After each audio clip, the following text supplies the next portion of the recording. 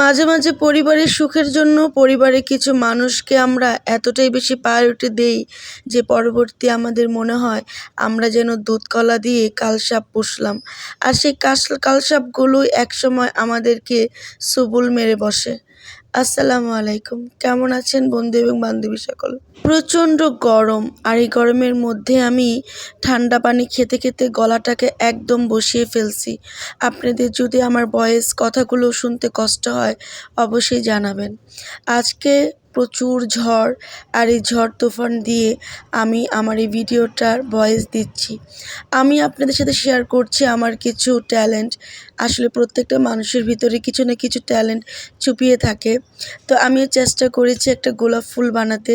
আমার গোলাপ ফুলটা কেমন হয়েছে আপনারা কমেন্টে জানাবেন। আমি চেষ্টা করব অনেক সুন্দর সুন্দর কিছু নকশি কাটা ফ্লাওয়ার বা কিছু এমন কোনো জিনিস আপনাদের সাথে উপস্থাপন করতে, যেটা আপনাদের অনেক ভালো লাগবে।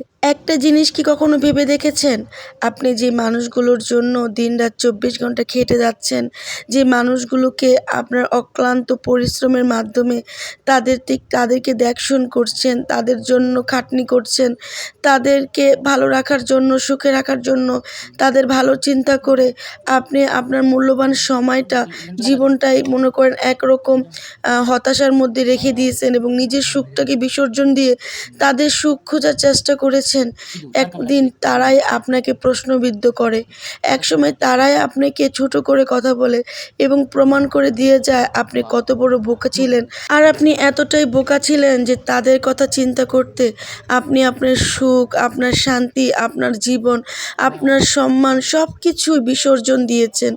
অথচ সেই মানুষগুলোই আপনাকে আঙ্গুল তুলে এখন অনেক বড় বড় কথা বলতে দ্বিধাবোধ করে না। আপনার অবদান স্বীকার করবে তো দূরের কথা, উল্টা আপনাকে প্রশ্নবিদ্ধ করে এবং আপনার মনের ভিতরে একরকম ঝড় তুফান বইয়ে দেয়।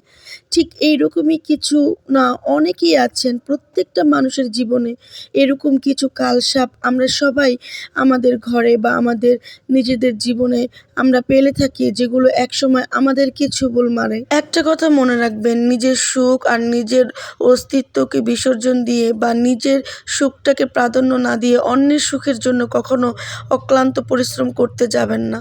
একটা জিনিস কি জানেন, দিন শেষে এই মানুষগুলোই আপনাকে প্রমাণ করে দেয় যে আপনি কতটা খারাপ বা আপনি একদমই ঠিক করেননি, বা হঠাৎ করে বলে উঠবে তোমাকে কে বলেছে আমার জন্য এত কিছু করতে।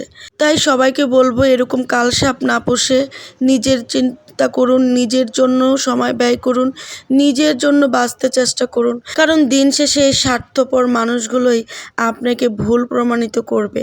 তো আমার ভিডিওটা কেমন লাগলো কমেন্টে জানাতে ভুলো না। এইরকমই অনেক সুন্দর সুন্দর ভিডিও যদি দেখতে চাও তাহলে আমার পেজটাকে এবং ইউটিউব চ্যানেলটা সাথেই থাকবে।